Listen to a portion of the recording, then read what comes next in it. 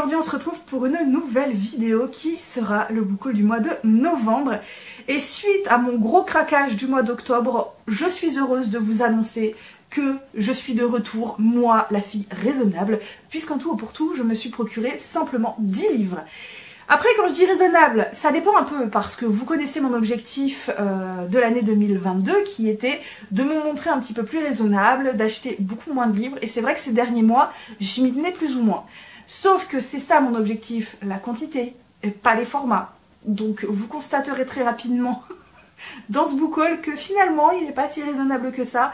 Je vous en dis pas plus et on ne s'attarde pas trop en intro pour le coup et on commence tout de suite. Je commence du coup ce book haul par un indispensable. Il était obligatoire celui-ci d'ailleurs, j'ai même pas attendu.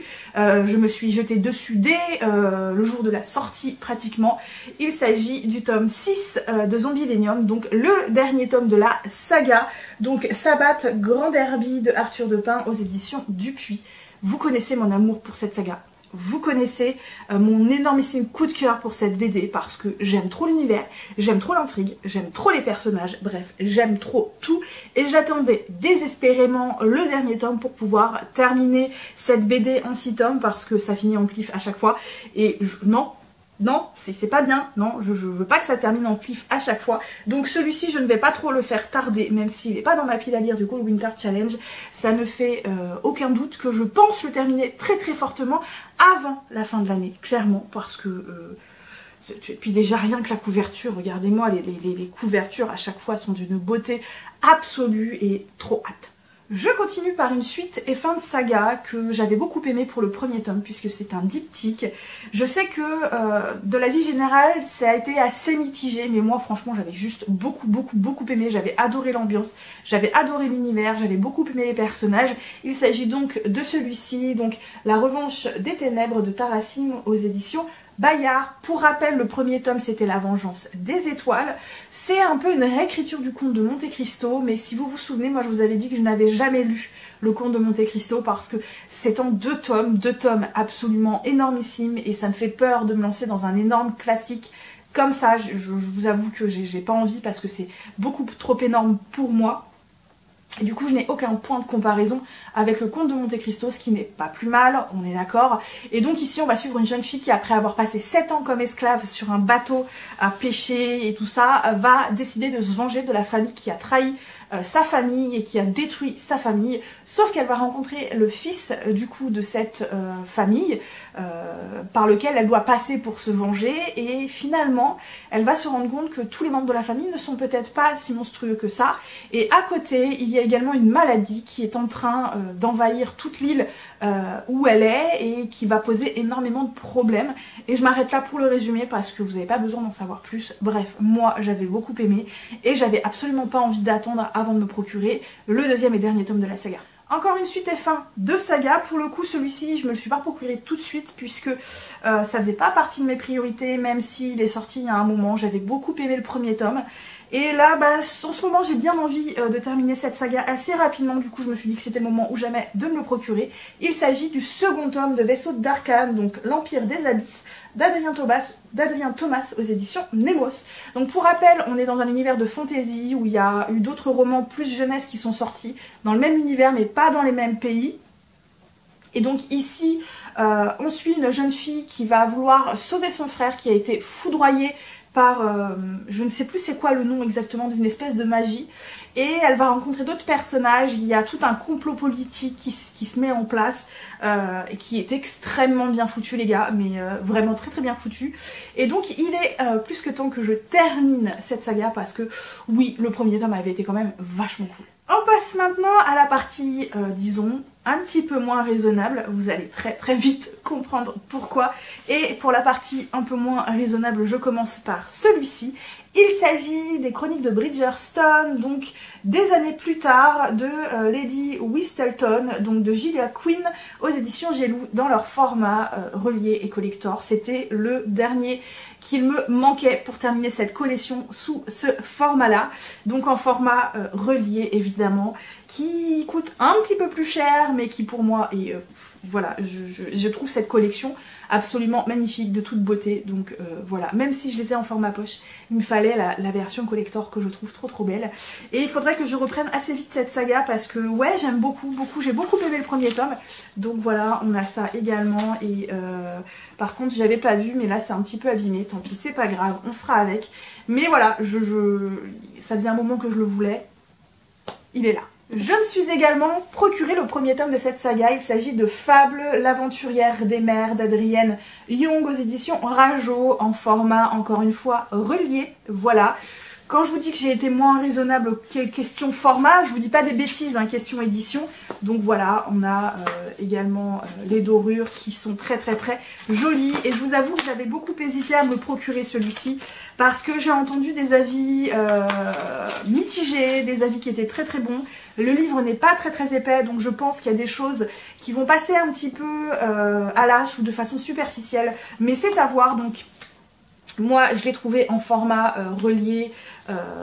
Là quand je suis allée faire mes courses, donc je l'ai pris en format relié parce que le format relié est toujours mieux que le format broché pour moi. Donc pour petit rappel du résumé, ici on va suivre une jeune fille qui a été abandonnée par son père sur une île où il y a plein de truands, de voleurs et tout ça, et elle va grandir là-dedans dans l'optique de pouvoir s'enfuir et essayer de retrouver son père qui a disparu en mer.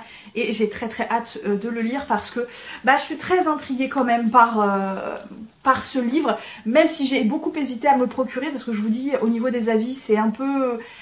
ça dépend des avis, mais moi j'ai envie de faire mon propre avis et c'est de la piraterie et j'aime bien les livres de pirates.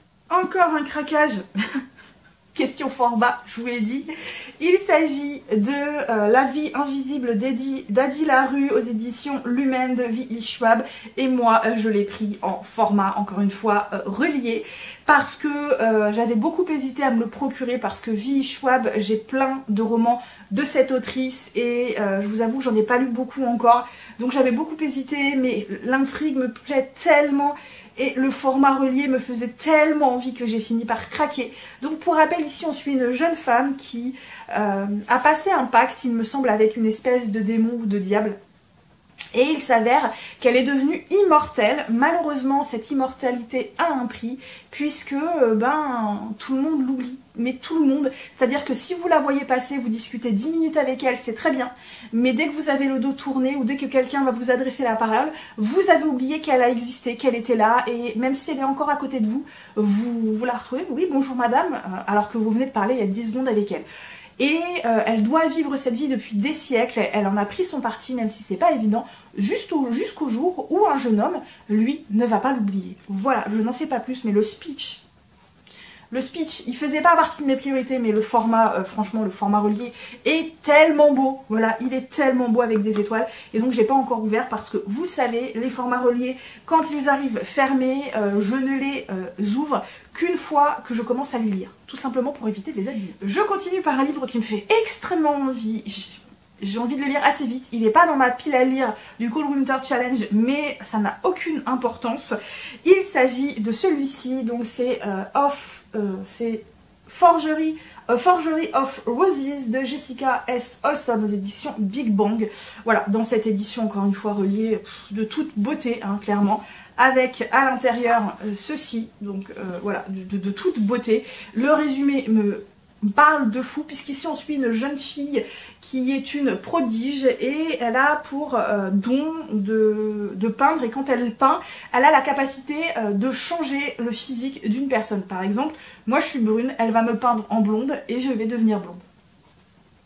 Voilà, sauf que être prodige apparemment c'est très mal vu. Il y a un jour elle va être découverte par une baronne je crois, qui va lui proposer un marché en lui disant: écoute, mon fils est décédé, est-ce que tu peux le peindre pour le ressusciter, et si tu y arrives, je te donne une somme phénoménale et je ne dirai à personne que tu es une prodige. Et elle, ça l'arrange bien parce que si elle réussit, cet argent elle va pouvoir l'utiliser pour soigner sa petite sœur. Je n'en sais pas plus, mais je vous avoue que ouais, déjà l'idée de magie à travers la peinture, il y avait déjà eu un peu le cas dans Enchantment of Raven, pardon, de Madame Rogerson, j'ai oublié le prénom, c'est pas grave, que j'avais beaucoup aimé, même si c'est pas tout à fait la même chose, et là ça me hype de fou.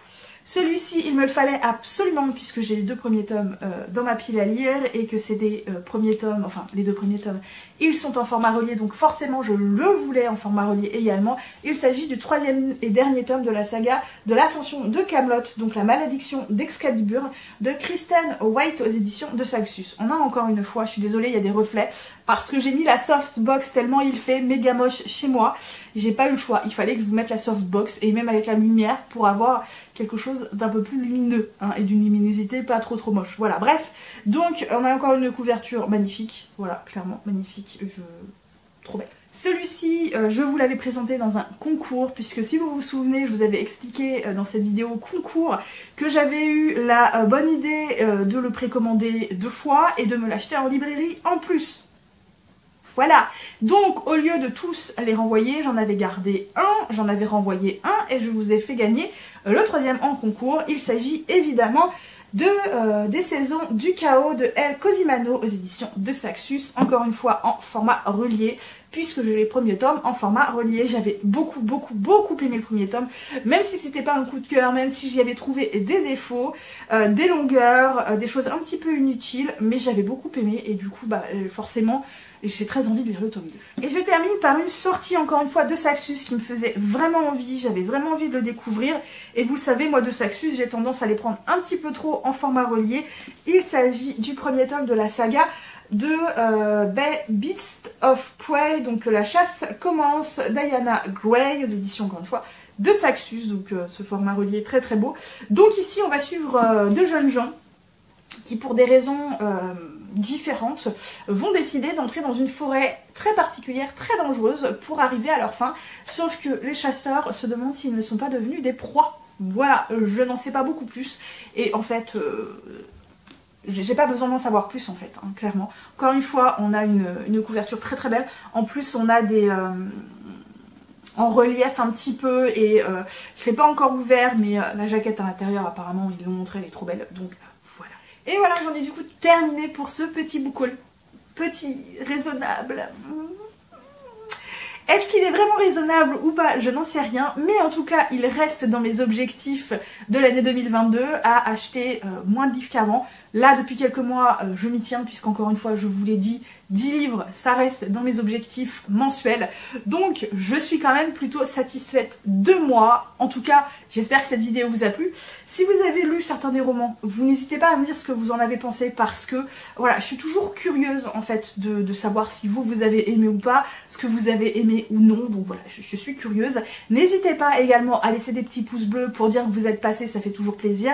À vous abonner si l'envie vous en vient, à me suivre également sur Instagram si l'envie vous en vient. Moi, comme toujours, je vais vous souhaiter de très bonnes lectures. À très bientôt pour de nouvelles vidéos. Et surtout, comme toujours, prenez bien soin de vous. Bye bye.